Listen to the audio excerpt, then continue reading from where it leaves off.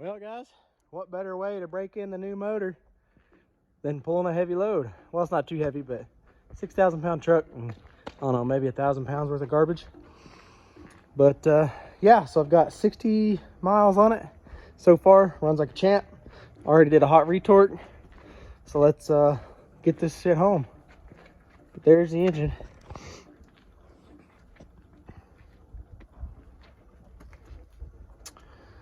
Looking pretty. I still got some work to do.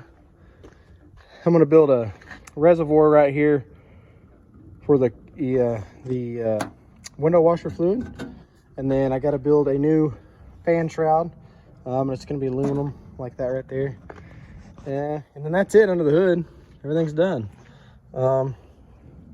Yeah, redid all the wiring, so the wiring's much prettier now. Coolant filter now. I do not have the oil filter relocation kit on it right now. I'm just going to run the factory location for now, because I'm going to do one of them bypass filters too from AMSOIL, and I'm going to put them right next to each other. So until that shows up, I'm going to leave it like this. But here it is. We're going to get in it and take this back to Weatherford. That's about 30-mile drive. Not a big deal, but it'll be on the highway, so we'll see what it does. All right, gonna show y'all guys how good it starts up. Key on. Fires right up. Before, I'd always have to give it throttle to get it to start.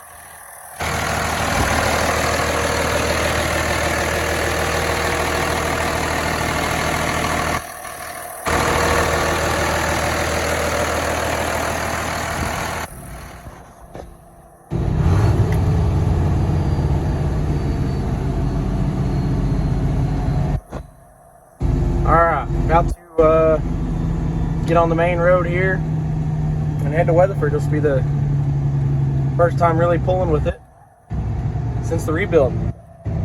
Put 80 miles on it, so here we go. It's third gear.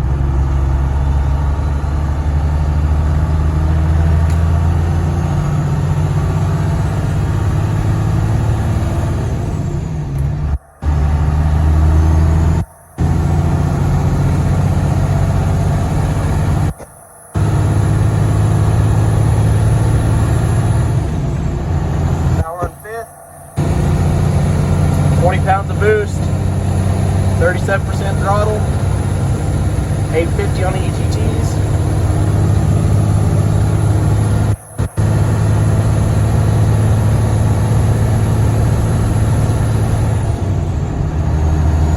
Now we're in sixth gear. 1600 RPM, 20 pounds of boost.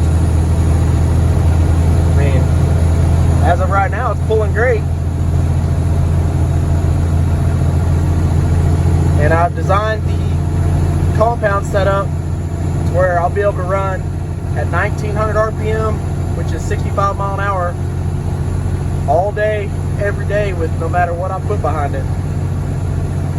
And it'll run at a good boost, main boost, a good intermediate, good drive pressure, and a good EGT.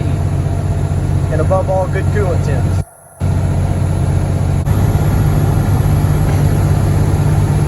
Alright, almost to Weatherford. Everything's still running good. Been running 65, 70 the whole way. Most I've seen is 25 pounds of boost and around 1,000 EGTs. That's going up and down pretty good hills back here on this road here. Engine temp stayed under 180. It's 178 right now. All in all, super great. I'm pretty happy with it so far. I'm still a little hesitant to really mash on it, but I'll eventually get there.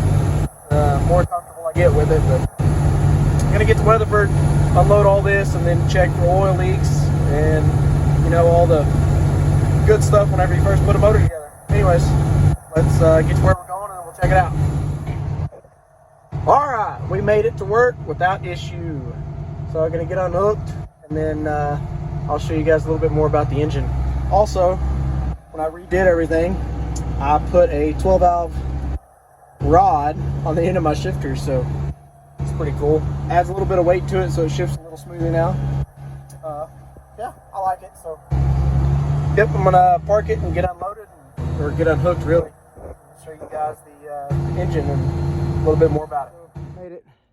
Just got the trailer unhooked, and I'm gonna talk about what I did to the truck the past 2 months.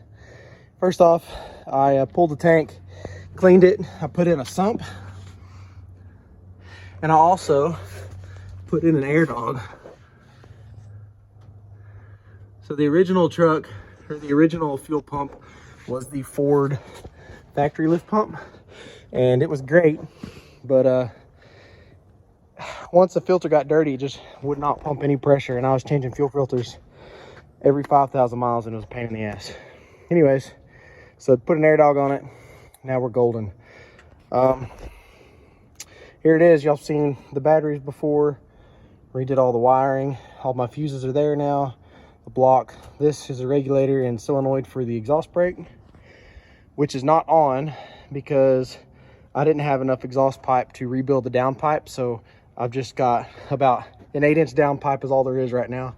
I got to order some exhaust pipe so I can redo the exhaust and put the exhaust brake back on. But one other thing I did while the truck was apart is I built a new twin feed intake.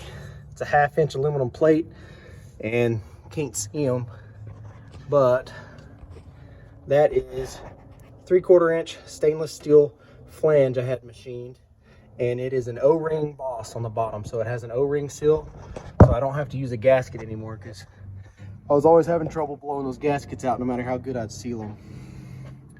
Went back with a 5x12 injector. The original injector was a 5x11, so upgraded that. Sent the pump off to Ferrell diesel and just had it gone through.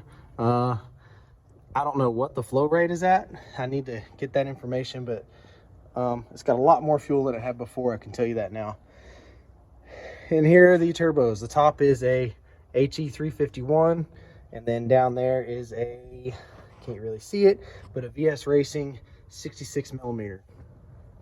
It's a very small setup, yes, but I want this truck to have all of its power at 2,000 RPM. I don't really care about higher RPM than that, and that's why I size the turbos the way they do. And from the video you can see they run great. They spool at like 1100 RPMs, and yeah, that's exactly what I wanted. So everything is V-banded, even the intermediate pipe.